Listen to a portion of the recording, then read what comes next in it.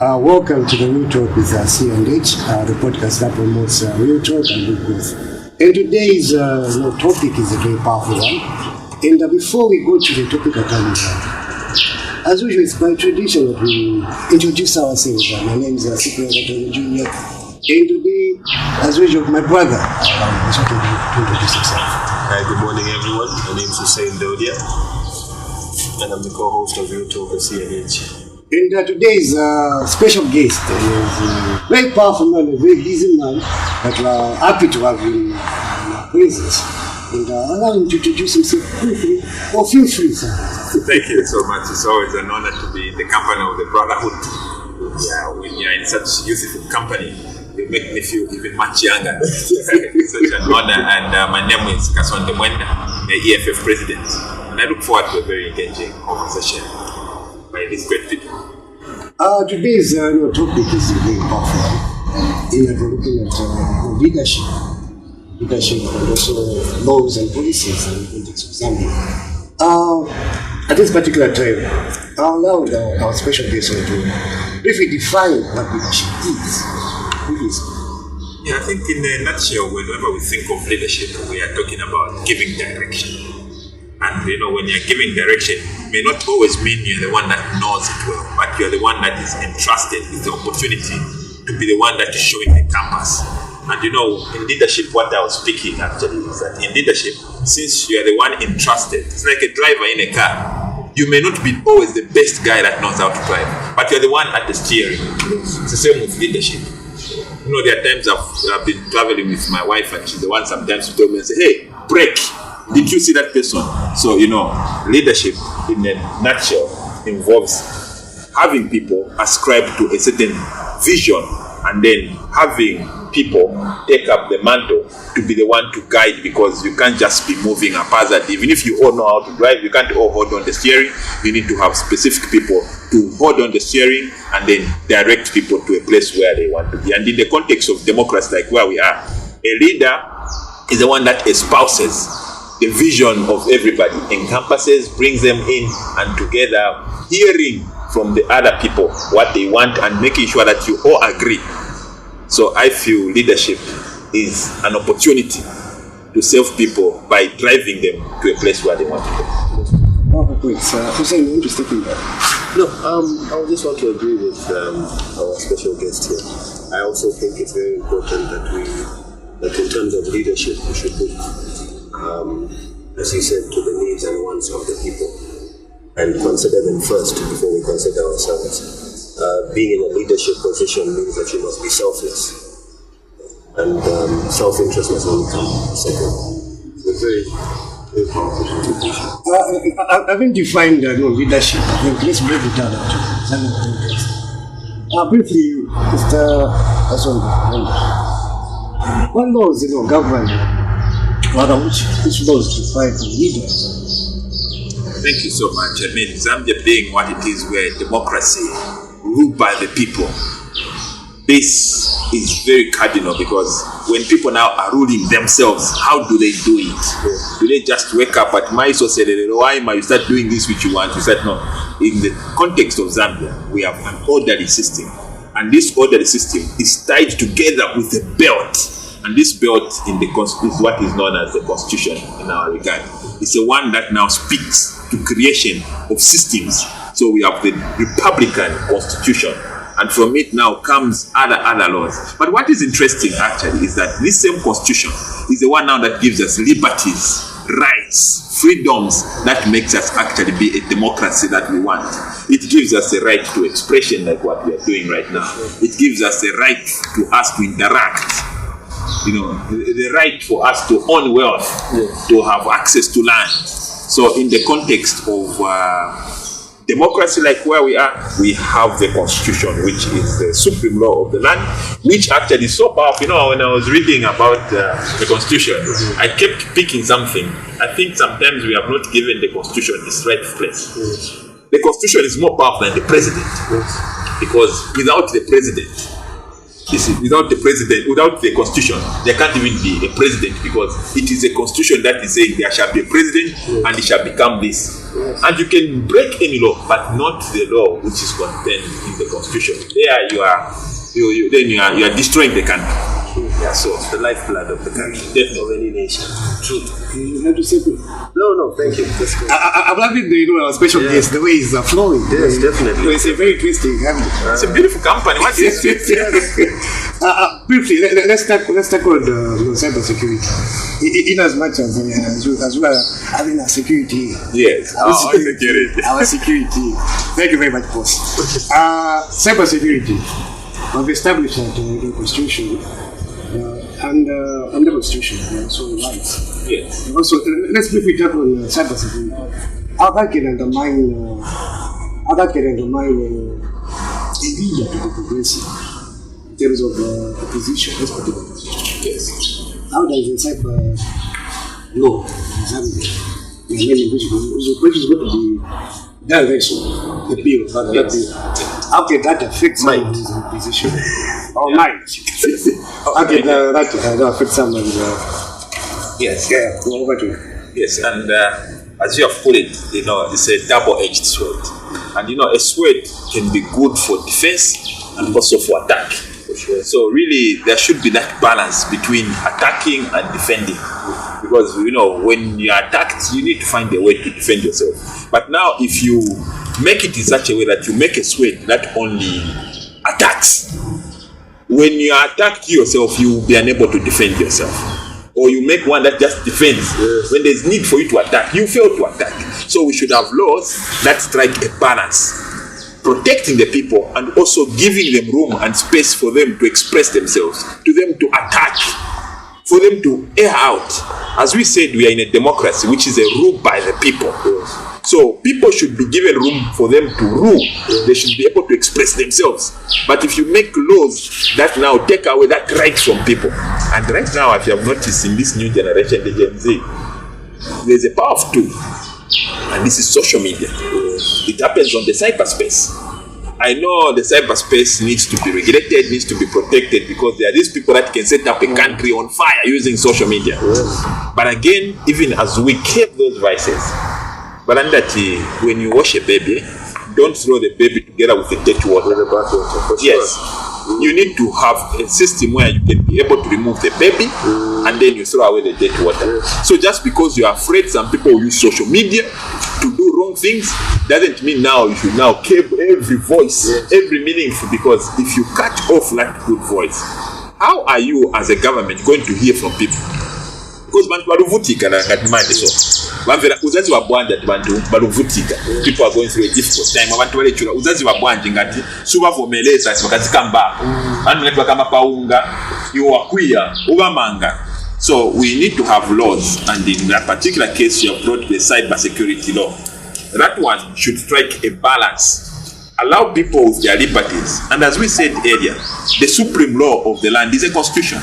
The constitution has given them the right to free speech. It should be able to give them the right to free assembly.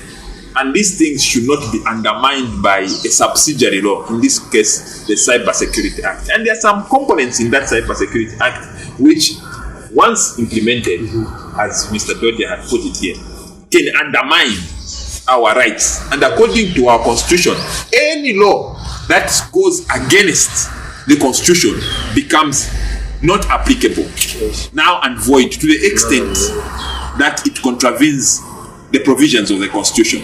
So what we have now is a cyber security law, which is now a bill that, if it is implemented in the context that it is, there are some components which I think we'll be able to discuss further on, which may take away the freedom we are enjoying progressively. Of course, it will be able to cut off some fears, some bad elements, but we shouldn't be careless to an extent where it turns Zambia into a dictatorship, where the government now is doing censorship. Even your phone calls, they're able to record and hear it. For sure. I mean, there are things we don't want other people to know about, but if we lose that right, then we are not okay. In the context also of hearing conversation which you discuss with your in-laws. Imagine, even with your girlfriend, you know. Just to add, sorry, go ahead. what our special guest said, I like the way he said double-edged sword. You know, I think there's this tendency of people making laws not knowing that they will affect them as well. Yes. You see? So you need to understand when you create or when you present certain bills to Parliament, to the Assembly, you need to understand that this law will not, yes, I might be in power now, but once I am out there, this law will also affect me, affect my children. So we need to be very careful. There has to be a balance. Like he said, the laws must be an offense and it must also be a defense. And the laws that only work in that way are laws that protect Zambian citizens. Yeah, true story. And also, to that side, it's important also to protect the country. We cannot allow any that just go on social media, promote hate, and just preaching peace in the nation. We support that. But the key point we're trying to bring into focus is that that same bill shouldn't affect real issues. Because the moment you are going to use it to cover up everyone who wants to speak about real issues which are happening, that means now the leadership now is questioning how people going to hear their views when you want to limit them. Even when it comes to elections, you want them not to vote for you. Yes. So it's not possible. It's not fair and wise to approach it that way. Having said that, let's quickly look at economy of the nation. I want to encourage myself, like you said, the prices of commodities, basic is skyrocketing. Let's briefly tap on that, because under leadership, I think it's important also to bring in the issue of how people are surviving. Your take on the economic state of Thank you. I think they say in Bemba, before you can even do anything, you need to eat, because even a car, you can have a nice car, but without fuel it won't move. So you can't say, no, we just need to have a good car. No, you also need to have fuel.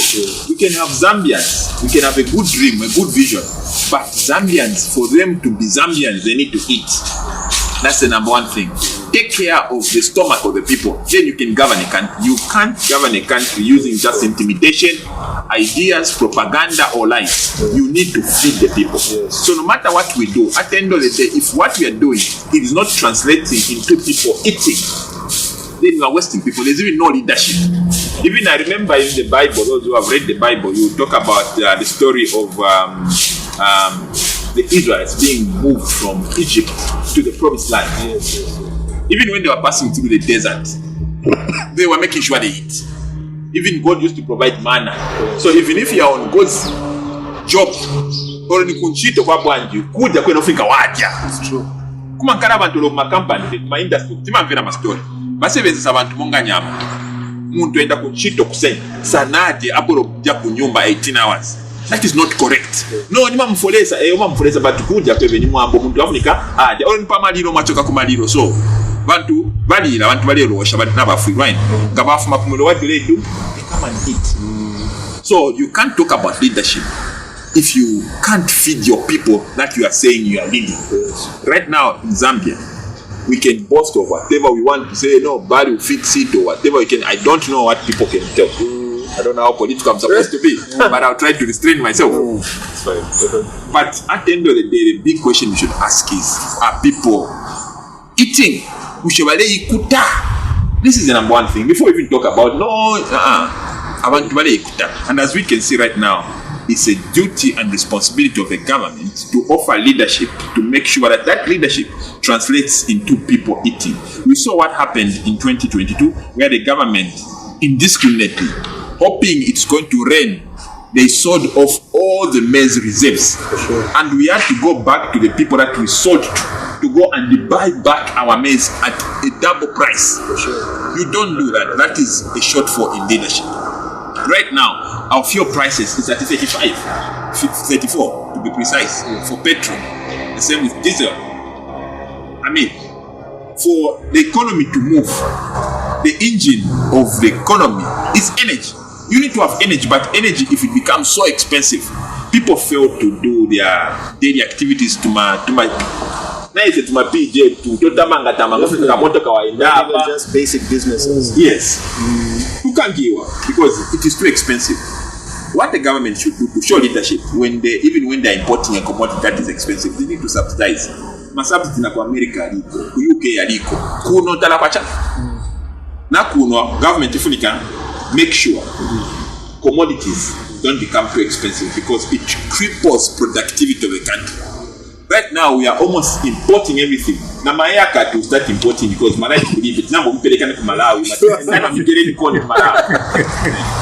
Masaluni my sisters nabo batuma ku Zimbabwe atendani mukashitise sisi ku Zimbabwe because Malawi kuno kulipi. Already they've started with fuel. They were rushing to Malawi. Yes. To go and buy cheap fuel. Yes.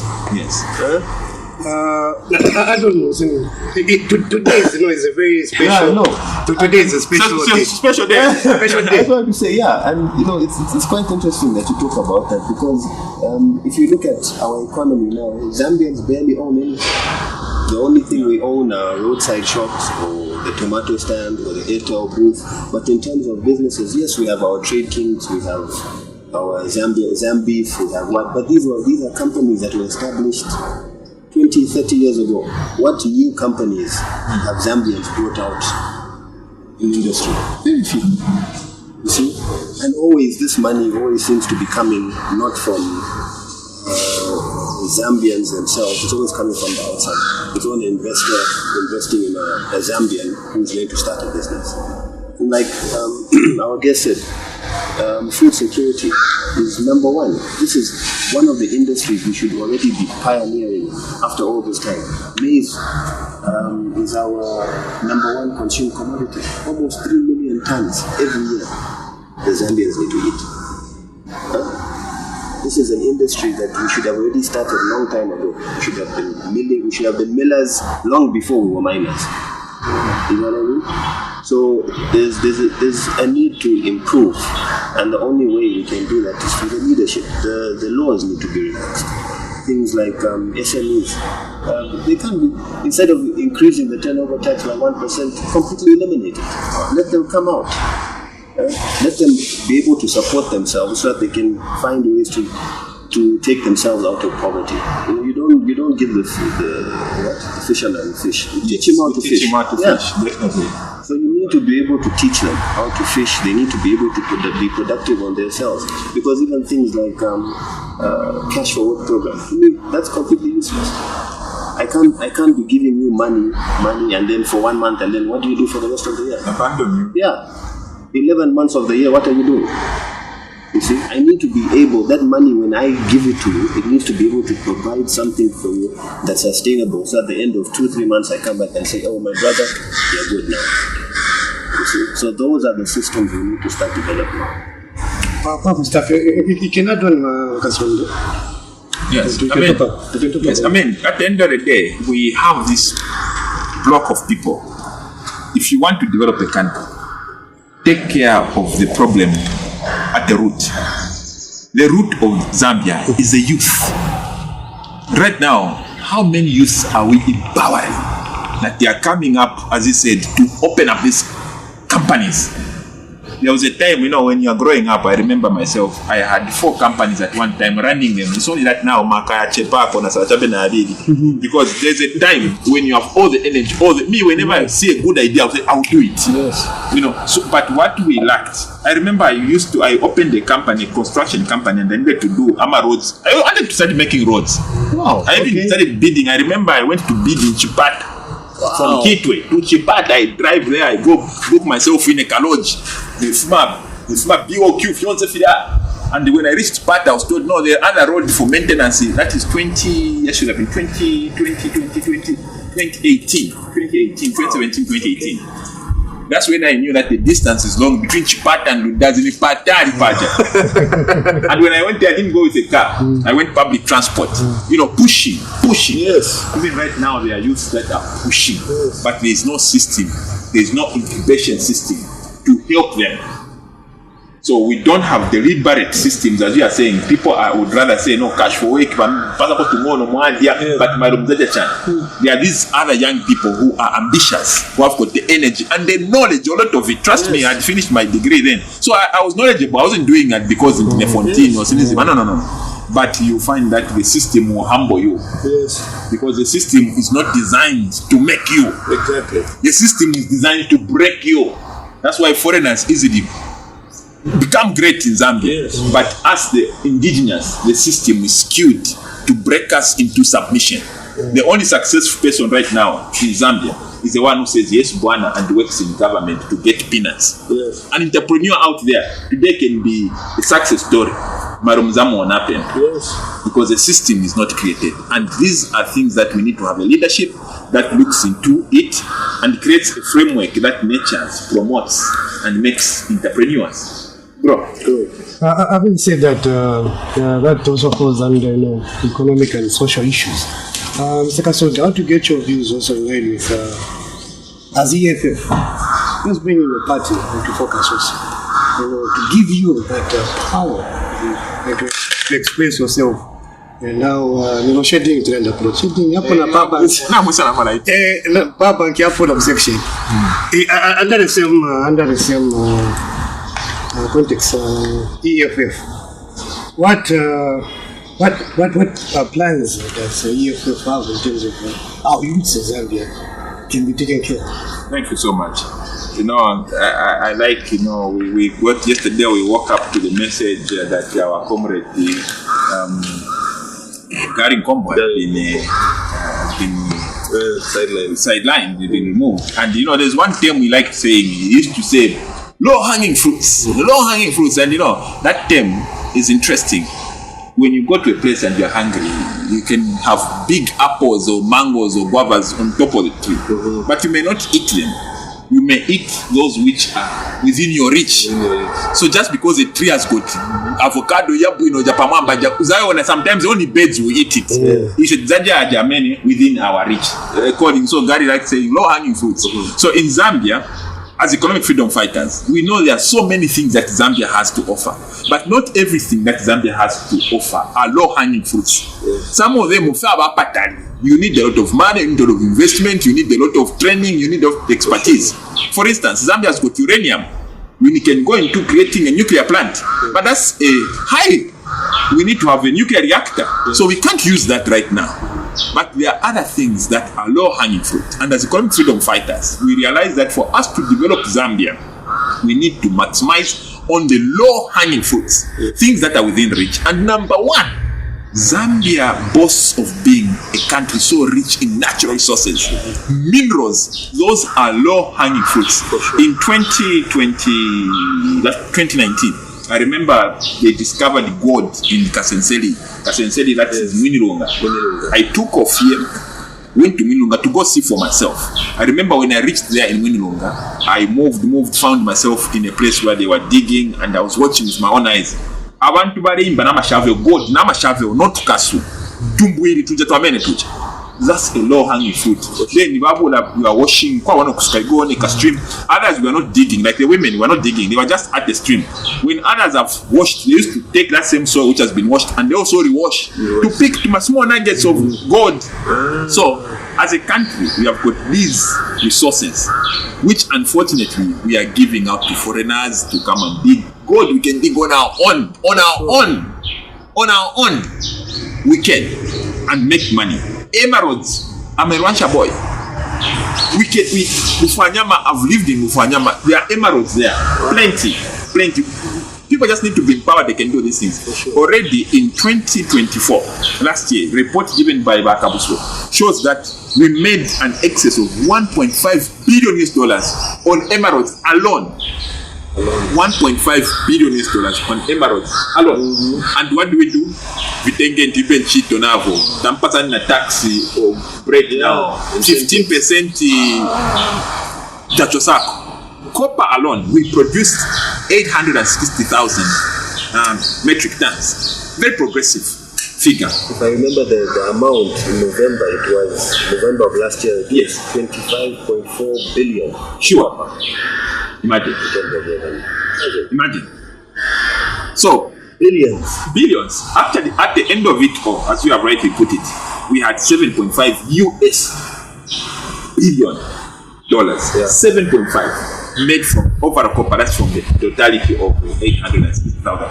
my brother, we go to IMF to beg for 1.3 billion. That we can even make from emeralds.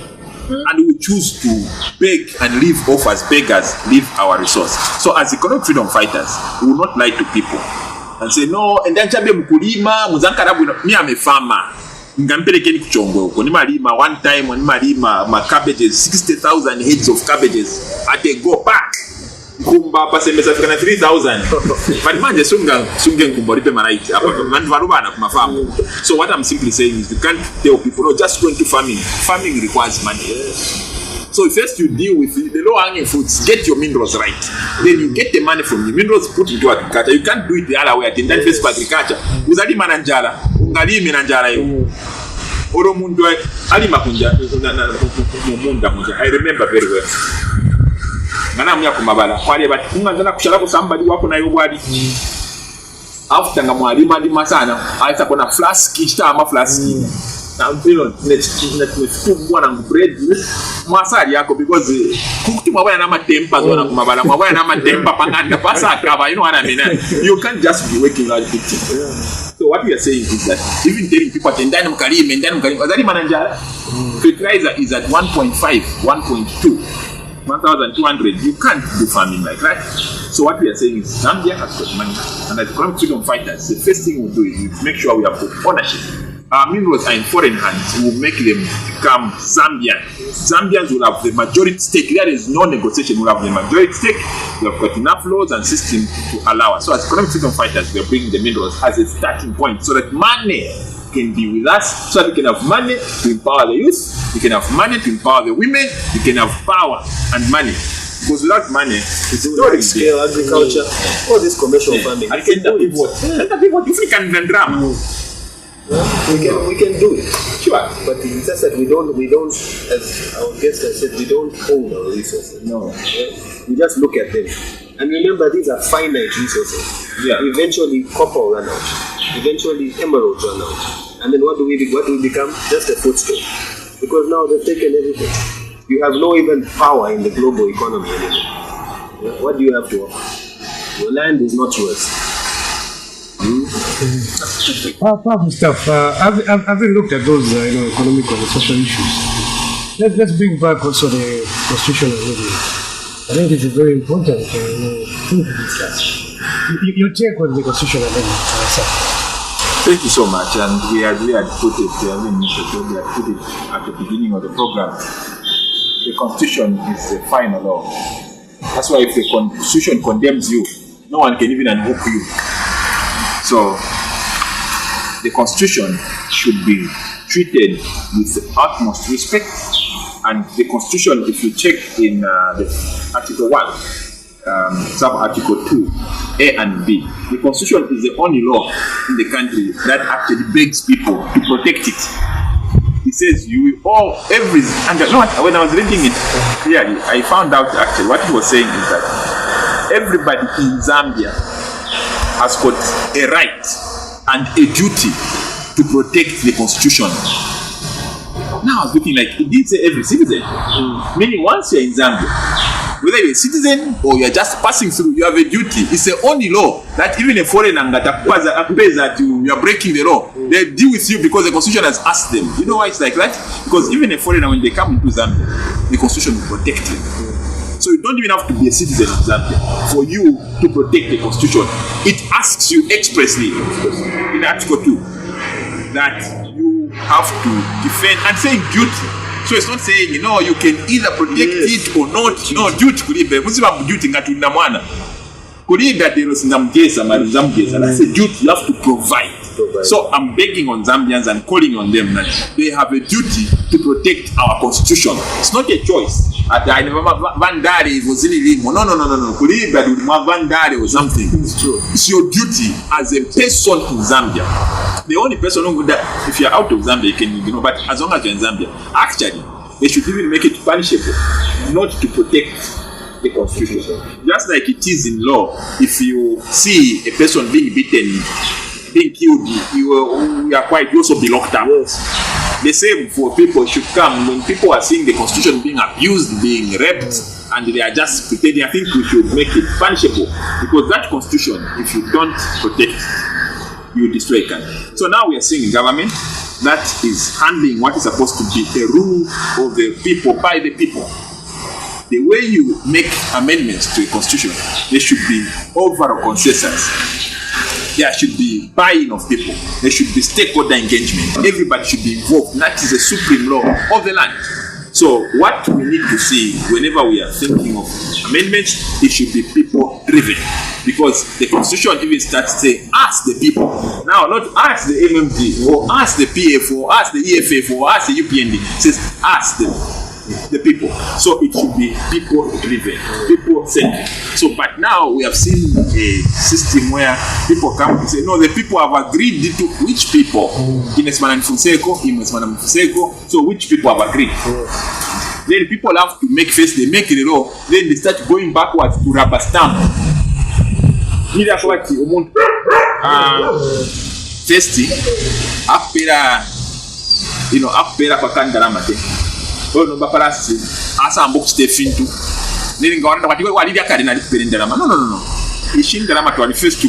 what is this money for? So that I can know whether to say yes or no. That's why no. We don't do that. So that's what politicians love to do. You find that they will first make a constitution amendment of their own for their own interest, then they start going backwards to Badisha Mabantu. Let it come from the people, then the government adopts it. Then we are home and dry because it will be reflecting what the people really want. Still sticking on economic and social issues. The new currencies. You